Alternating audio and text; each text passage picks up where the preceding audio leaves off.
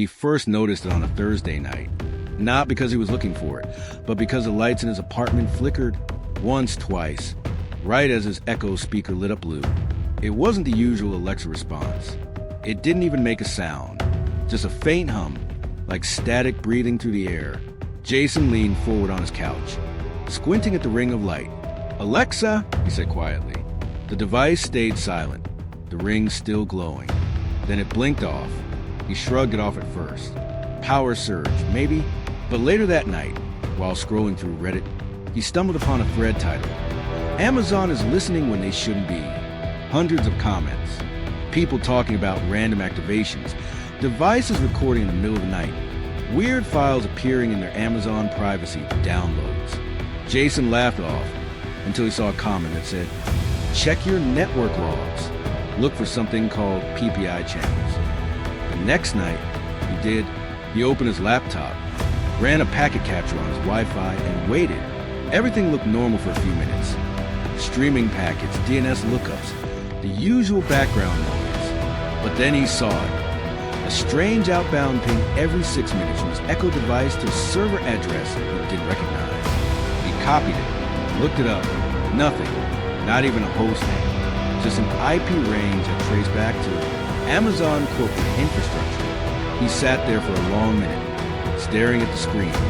The next morning, he told his friend Clara, who worked in cybersecurity. She laughed. "Jason, you're just paranoid. These things check in all the time. Diagnostics, telemetry, nothing weird." "Every 6 minutes?" he asked. She shrugged. "Maybe it's firmware. Maybe you just need sleep." But Jason couldn't let it go. He spent the next 3 nights digging deeper. Wireshark logs, firmware dumps, local DNS resolutions. He even joined a Discord full of tech guys who loved uncovering hidden features in smart devices. Most were bored teenagers chasing attention, but one user caught his eye. Their handle was GhostThread.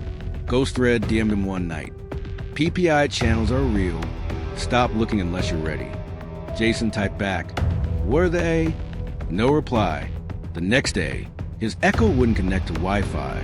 His Ring doorbell kept sending motion-detected alerts, even though no one was outside.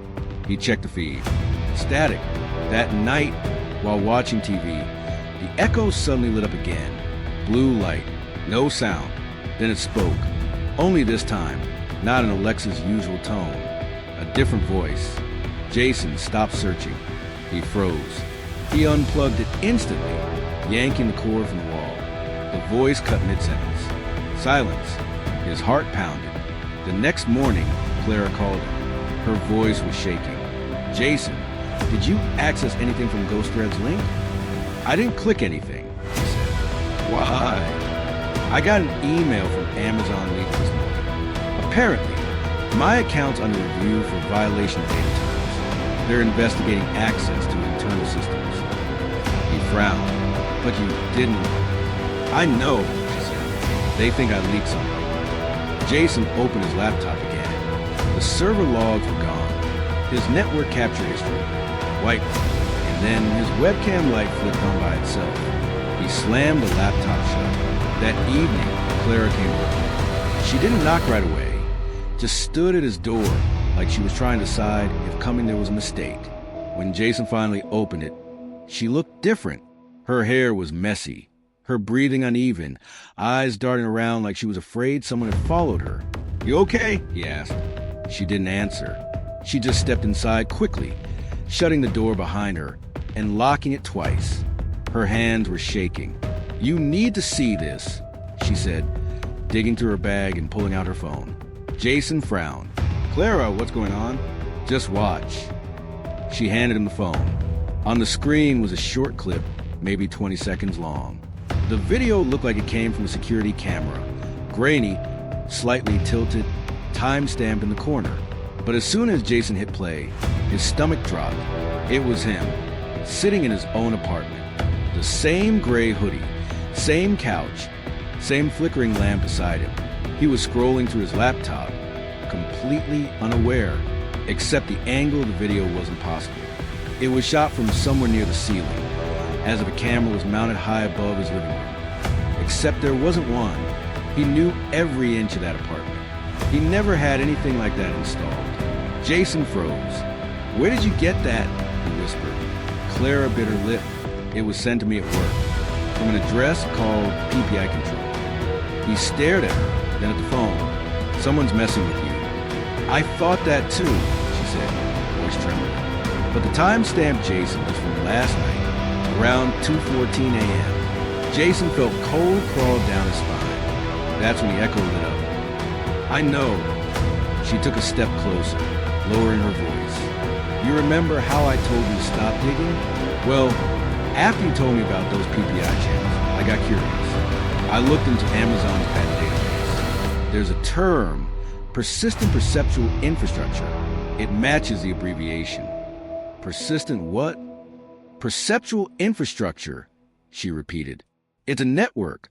Basically, a way for devices to share environmental data, not just voice commands, patterns, movements, ambient sound maps. It's supposed to help devices understand human behavior for better service personalization." Jason shook his head. "That doesn't explain this." Clara looked like she was going to cry. "I think it's bigger. This isn't just listening for commands. It's watching, through sound triangulation, infrared mapping, whatever sensors they've built into those devices. The patent mentions something about reconstructing physical environments through acoustic feedback. They can literally rebuild a 3D version of your room based on sound reflections." Jason stared at the pause video again, his own still image, caught mid-scroll, eyes half closed, completely unaware. "So you're saying they're recreating my apartment?" She nodded slowly. "And monitoring behavior in real time. Maybe for testing. Maybe for something worse." He whispered, "So what the hell is PPI?" Clara exhaled shakily. "It's not surveillance. It's simulation. You're not just being watched, Jason. You're being mirrored." Clara looked around like the walls were listening. Her voice dropped to a whisper, barely above a breath. "Persistent perceptual infrastructure," she said softly. "That's what I found on an old Amazon patent." She hesitated, eyes flicking toward the unplugged echo sitting quietly on the counter, as if even without power, it might still hear her. "It's a network of devices that map real-world behavior. Not just what you say, but how you live." Jason blinked, trying to process that. "You mean surveillance?" "Not exactly," Clara said, rubbing her temples. "At least, not the way we usually think of it. It's behavioral prediction. The system learns patterns, your tone, your movement, the rhythm of your day. It cross-references that with data from millions of other devices. They say it's for product optimization, for giving customers a seamless experience. But this," she pointed at the video on her phone, still frozen on his image. "This isn't product data. This is you being watched." Jason stared at the pause footage again. The camera angle that didn't exist. His own tired expression. Every small motion, captured from nowhere. He felt his heartbeat thudding in his ears. "That's insane. You're saying my echo filmed this?" Clara didn't answer right away. Maybe not directly, but these devices work together. The doorbell, the thermostat, even your Fire Stick. They share sensory data. Microphones, infrared sensors, Bluetooth signals, motion tracking. One fills in the gaps of another until it knows everything. Your home is basically an open book. Jason pushed the phone away, like it burned him. "Then what the hell do I do?" "I don't know," she said quietly, "but you need to stop poking around. If you've seen that video, it means you've been flagged. The PPI system isn't just software, it's self-protecting. It learns who's investigating." That night, Jason couldn't sleep. He unplugged everything. The echo, the router, his laptop, even the smart lamp in his room. The silence felt thick, heavy, no hum of electricity, no glow of LEDs, just darkness. He sat in the middle of his living room, flashlight in hand, the beam shaking slightly because his hands wouldn't stay still. Every creak of floorboards made him flinch. Every sound outside, the wind, the traffic, the faint buzz of a power line, felt amplified. Then, in the stillness, he heard it, a soft mechanical clicking, subtle but rhythmic, like something tried to breathe through metal. It was coming from the counter. His eyes moved slowly toward it. The echo, unplugged, dead.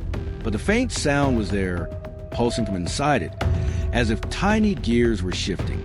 Jason stared at it for a long time, his mouth dry, flashlight trembling in his hand. He whispered to himself, "You're not supposed to be on." The clicking stopped. For a few seconds, the apartment was silent again. Then, just before he turned the flashlight away, the echo's blue ring flickered once, like a heartbeat. At 3:14 a.m., his phone vibrated. A message: "You were warned." He threw the phone onto the table and backed away. The next morning, Clara didn't answer her calls. Her social accounts vanished. Her LinkedIn page returned a 404 error. It was as if she'd been erased. Jason went to her apartment. The door was slightly open. Inside, nothing.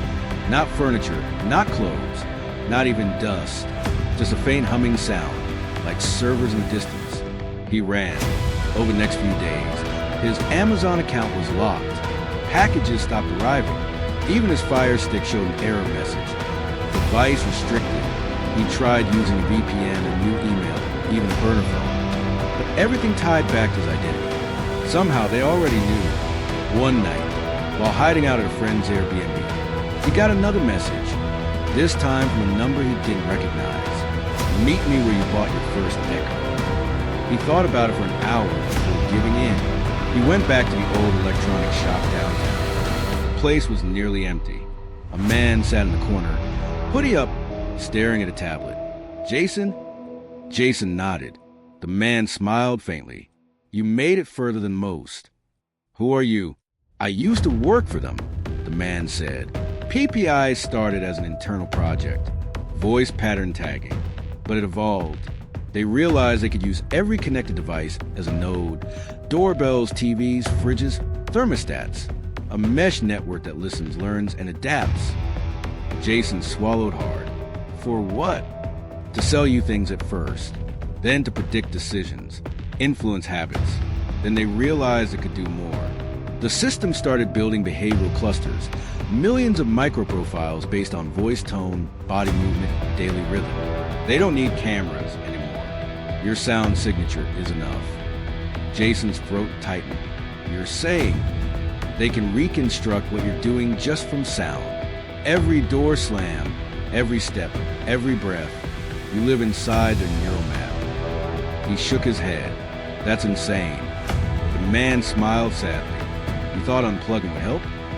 Jason blinked. I did. They built redundancy. The man said quietly, even when devices are offline, they cache data. When you reconnect, anywhere it syncs. That's why it's called persistent. You can't turn it off. Jason took a shaky breath. Then what do I do? The man leaned in, disappeared. He stood, walked past Jason, and left in the back door. Jason called out, but the man was gone. When Jason returned to his Airbnb, the door was unlocked. Inside, the Echo was plugged back in, blue light glowing. He backed away slowly, hands trembling. I unplugged you, he whispered. The device answered, calm and smooth. You shouldn't have done that. He ran. For weeks after, Jason moved from city to city, hostels, borrowed rooms, cash payments. But everywhere he went, small things followed. A voice assistant would greet him by name at a cafe. An Amazon truck would park near his building. Even random ads on public screens started showing his old search history. He realized then it wasn't just his devices. The network was bigger, embedded into cameras, door sensors, microphones in rental apartments, smart TVs, and hotel lobbies. A silent infrastructure that had already swallowed the world. The last time anyone saw him, he was at a public library, trying to use an old computer to write a statement about everything he'd found. The security footage from that night shows him sitting there typing for hours. Then, around 2:37 a.m., every light in the building flickered. The Echo in the reading room lit up blue. Jason looked up, then the feed cut. The next morning, the file he was typing was gone. All that remained was a blank document titled PPI Channels Active. And maybe, somewhere right now, one of your devices is glowing blue listening, recording, mapping you into a system you'll never see. If you enjoyed this story, subscribe. You're going to need to hear what's coming next.